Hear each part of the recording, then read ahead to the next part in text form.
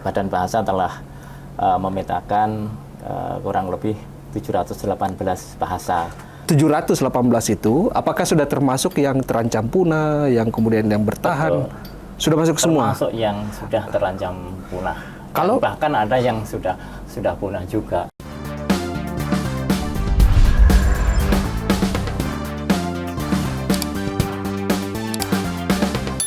Bagaimana kabar Pak Toha? Mungkin bisa sedikit perkenalan.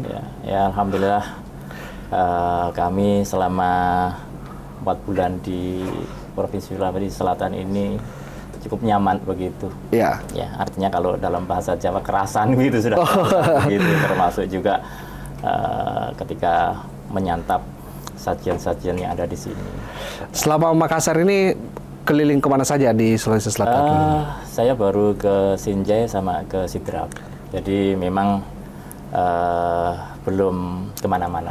Ya, artinya belum semua kabupaten dan kota dikunjungi seperti itu. Iya. Tapi insya Allah nanti dalam waktu dekat kita juga akan segera ya berkunjung ke 24 kabupaten kota ya, gitu ya? Betul, seperti itu.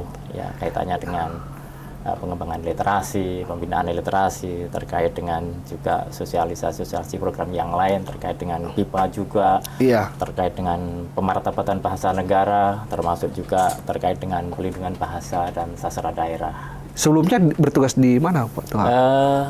Saya sebelum di Sulawesi Selatan ini, saya bertugas di Provinsi Riau. Riau Selama kurang lebih 2 tahun 7 bulan. Ya, dan, cukup lama ya. Ya betul. Sebelumnya bertugas di Bali, ya kurang lebih di sana 3 tahun 5 bulan. Iya. Ya, dan sebelumnya juga pernah di Papua, di sana 2 tahun 7 bulan, sama dengan di Riau. Iya. Dan sebelumnya juga pernah di Maluku. Oh. Ya, di Provinsi Maluku. Itu pada tahun 2012 sampai dengan tahun 2015.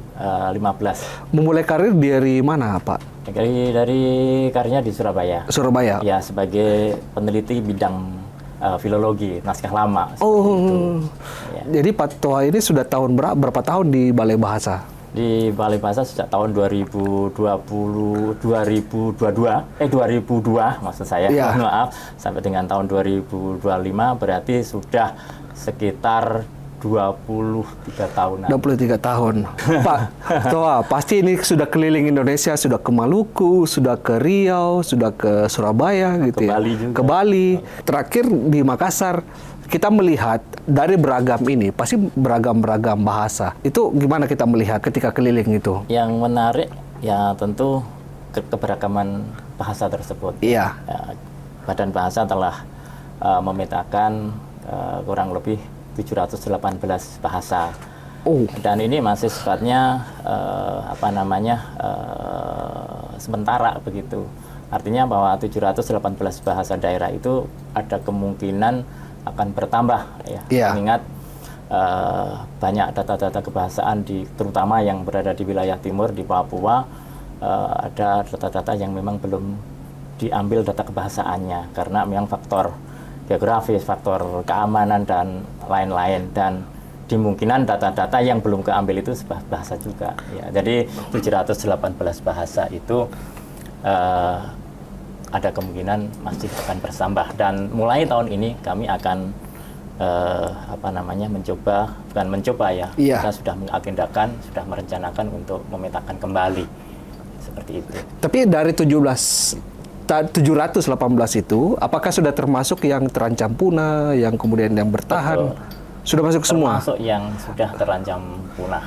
Kalau bahkan ada yang sudah punah juga. Ada ya? Ada juga. Kalau data kita punya enggak pandangan? Kalau di Sulawesi Selatan misalnya, ada enggak data-data yang kemudian menunjukkan bahwa bahasa ini yang akan punah atau terancam punah? Ya tentu ada lah, tapi kita harus melalui kajian-kajian juga. Iya. Tapi yang jelas kami dari Balai Bahasa Provinsi Sulawesi Selatan ya, punya program terkait dengan revitalisasi bahasa daerah.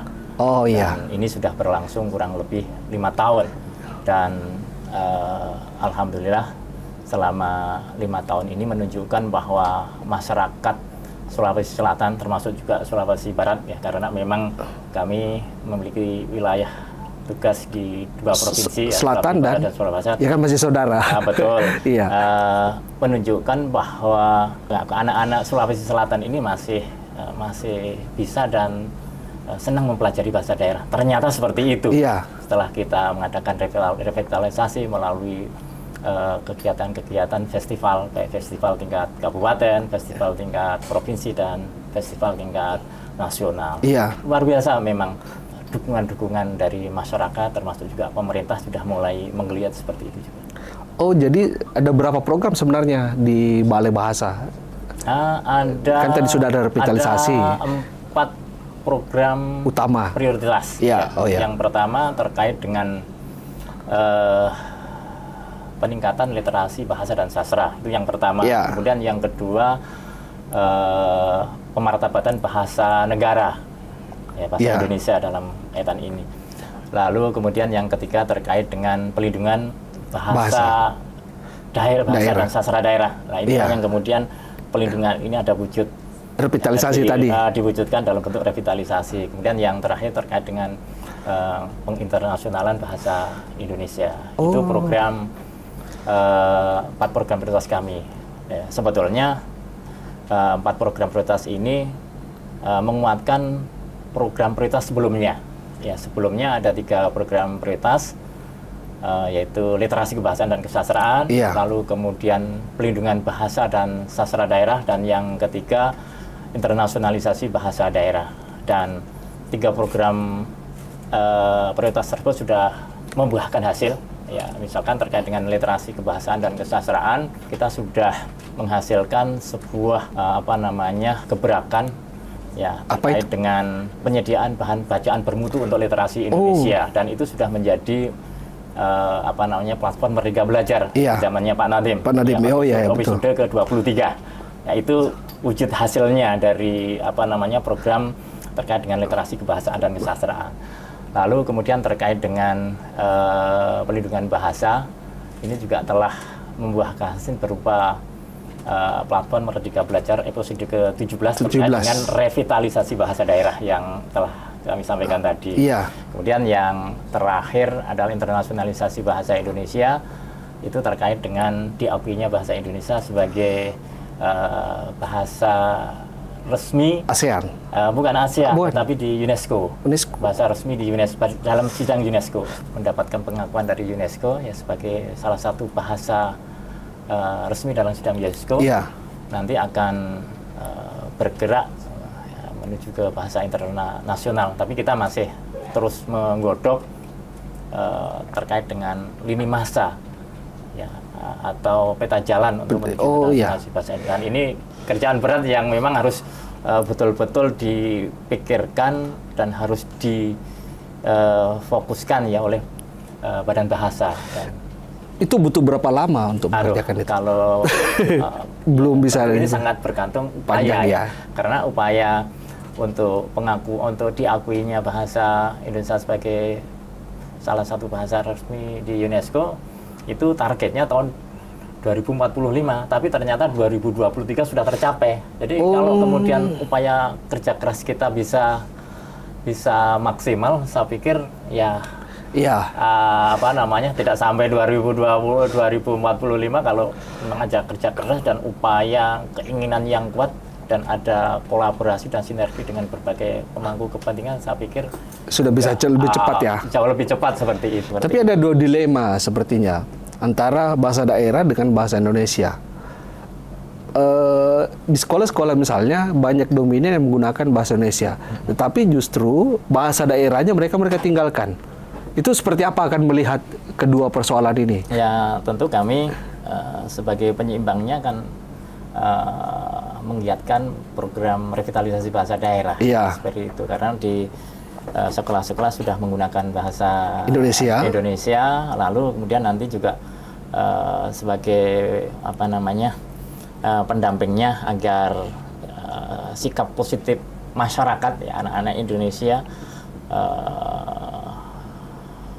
sikap negatifnya ya. Iya. Sikap negatifnya itu bisa kita ubah menjadi sikap yang positif ya. Dengan revitalisasi itu nanti kalau lambat tahun akan mengubah mindset pemikiran anak-anak untuk ya kembali mencintai bahasa daerahnya yang mungkin selama ini dianggap kampungan atau ya bahasa orang kampung lah seperti itu, sehingga prestisnya itu nggak ada ya. Makanya revitalisasi bahasa daerah ini dalam rangka juga mengangkat prestise bahasa daerah, kan begitu. Jadi mengubah stigma gitu. Betul, ya. Betul, itu perlu juga ya. Ya kan kalau bahasa daerah itu sama sejajarnya dengan bahasa yang lain. Bahasa yang lain yang punya hak hidup, hak untuk di keadilan bahasa kan seperti itu konsepnya. Jadi punya hak hidup, hak untuk digunakan dalam ruang publik, terus punya hak untuk diwariskan juga. Ini namanya keadilan bahasa kan.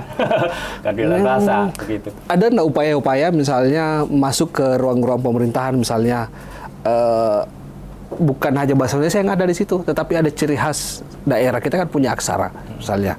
Di mall ada bahasa daerahnya di bawah, ada bahasa Indonesianya, ada bahasa asingnya. Itu ada upaya seperti itu nggak? Bisa atau di perkantoran-perkantoran? Tentulah ada upaya, tapi tentu itu harus memartabatkan bahasa Indonesia dulu, mengutamakan bahasa Indonesia. Jadi kalau memang menginginkan ada aksaranya atau mungkin ada asingnya, ya kita mengutamakan bahasa Indonesianya dulu, baru nanti diikuti oleh aksaranya, lalu kemudian diikuti oleh bahasa asingnya, dan itu pun hurufnya harus lebih kecil, lebih kecil kan begitu. Jadi, dan huruf-hurufnya juga harus lebih bahasa Indonesianya harus lebih mencolok kan begitu. Baik. Kita ada konsepnya lah, kapan kita ini bisa dikatakan sudah memartabatkan atau belum. Kita punya bertahap gitu ya. Punya konsep itu yang kita sosialisasikan kepada masyarakat agar masyarakat itu juga punya kesadaran yang penuh, tidak setengah-setengah ya. Kalau setengah-setengah ya biasanya hasilnya juga tidak maksimal ya. Kami ingin mereka juga paham betul sehingga betul-betul bisa diterapkan dengan sepenuh hati, tidak setengah-setengah. Oh baik. Ini juga mungkin ada peran literasi kan, bagian juga ada sosialisasi, ada kampanye, kemudian edukasi. Lalu saya melihat ada duta bahasa yang dibentuk oleh balai. Apakah juga itu menjadi satu peran tersendiri? Ya tentulah, mereka nanti yang duta-duta yang terpilih yang kemudian secara otomatis akan bergabung dalam ikatan duta bahasa. Iya. Mereka punya tanggung jawab moral ya untuk ya tentunya mengkampanyekan lah. Apalagi lebih banyak anak muda gitu kan. Begitu. Dan mereka juga kami minta untuk terus menyosialisasikan Trigatra Bangun Bahasa, yaitu utamakan bahasa Indonesia, lestarikan bahasa daerah, dan kuasai bahasa asing. Ya.